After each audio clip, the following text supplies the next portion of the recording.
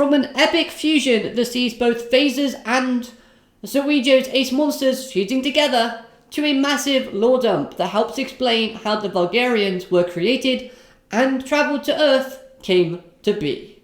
Hello everyone and welcome to Dueling with Downton, and today we're talking all things episode 56 of the Yugioh Go Rush anime series. A brilliant episode that both explained and entertained, so let's dive straight into it, starting off with Zwijo's dueling involvement. But in order to talk about that, I first want to return to that trap card, Interstellar Change, as we learn a bit more about this card, as it was the card that Phaser actually thought of creating for the winner of this tournament. And the card itself has one massive caveat, which is that when you swap duelists, the other duelist has to be from a different planet. Now, with Phaser being from Earth, even though he's a space dragon, and Zwijo being from Volgear, those conditions were met. And the symbolism behind this card was pretty great in connecting to the whole theme of this tournament. The tournament is to promote and represent the bonds and friendship between different races, aliens and humans. So this card obviously helps to preserve that ideal with that very switching condition. Which does also mean that this card probably will never get a real world release, because as far as I'm aware, we don't have aliens. Or do we? So back to Zwijo's character. He didn't really do a lot during this duel, but what he did do was actually really amazing. Fusing both Requiem and Levy Knight to create Chaos Mechana, who looks stunning in terms of its design, and still follows that same theme of coexistence between different races. As well as we're getting that equipped spell card, Chaos Trident, which again follows this whole theme of working together with two different planets, two different races. We have the Trident representing both Zwijo and Phaser, because one end of the Trident is glowing purple and descends from the heavens or space, and then you have the other end, which is blue, representing Phaser, rising from the depths of the ocean, which we know that his deck's all themed around that. So yeah, seeing the equipped spell card used with this particular monster under these particular circumstances, I think all just perfectly combines together. Now, same with the duel, but returning to Interstellar Change, Yugioh uses this card and now forces Zwijo out of the duel. And this part of the episode I actually really loved, as it continues to showcase character growth and highlights the stakes that are on the line here. Think about it. The biggest player in Kawaido's plan at this moment in time is Yugioh, and right now our heroes have to try and defeat Yugioh. But thanks to all of his previous heroics and victories in duels, he has gained the respect and this almost fear from other people because of his amazing dueling ability.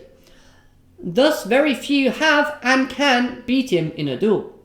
Remember, during the gathering of points section of this tournament, not many people wanted to duel Yugioh because they knew that they really didn't stand a chance of beating him because he is just so powerful. And this is where we see Yumu at the end of the episode wondering who among them can actually do so. So inadvertently, Go Rush actually created a really strong and almost unbeatable antagonist in Yugioh for this arc. Now, once again, the duel swapping gimmick also helps to boost Yuhi's character as well, because he's the one who steps up to take Zwijo's place. And I love how Zwijo gives Yuhi the duel disc without question, as this shows a lot of respect and confidence from Zwijo towards Yuhi. While at the same time, all of this does help to showcase Yuhi being a great sibling by stepping up only after seeing how sad and distressed Yumu was looking. I still think Yuhi would have preferred this duel with Yugioh under different circumstances, but he cares about everyone involved here and has experience using other people's decks, so he's the best candidate for the job in this situation. And let's be honest, I wouldn't be surprised if somehow Joint Tech Rex appeared in the deck, as if by magic or for whatever reason Phaser and Zwijo knew that Yuki would get involved, so they got themselves a copy for him to use. Still though, it was a great way to keep the duel flowing, to end the episode, while also getting that dream match that Yuki told Yugioh he wanted in the previous episodes. So I'm looking forward to seeing how this duel moves forward with these two duelists now in action. So before we talk about the mad mastermind that is Kawaii, I first want to talk about Apak, as I love this character. Seeing how she wanted to help Yugioh was just so adorable, and it shows how, despite her not being able to clearly say it, she really does deeply care and value Yugioh as a friend. And it's like she said in this episode, Yugioh helped her with Furniture Guy, so she wants to help him and save him. Now, for me, this is great character development for Apak's character, as from the start of this arc, she wasn't very outgoing or that friendly, nor was she considerate of other people. But now, despite her lack of power and her feelings of fear, she's rushing headlong into things and trying her best to do what she can to help her friend and to do the right thing. And I think that's really commendable to see from her character. Also, for Luke being this supportive and helpful guardian towards her is just great. So let's hope these two stick around towards each other for a few more arcs. Right then, Kawaii. And this character is a crazy character that masterminded the very road our heroes are now or have been travelling along.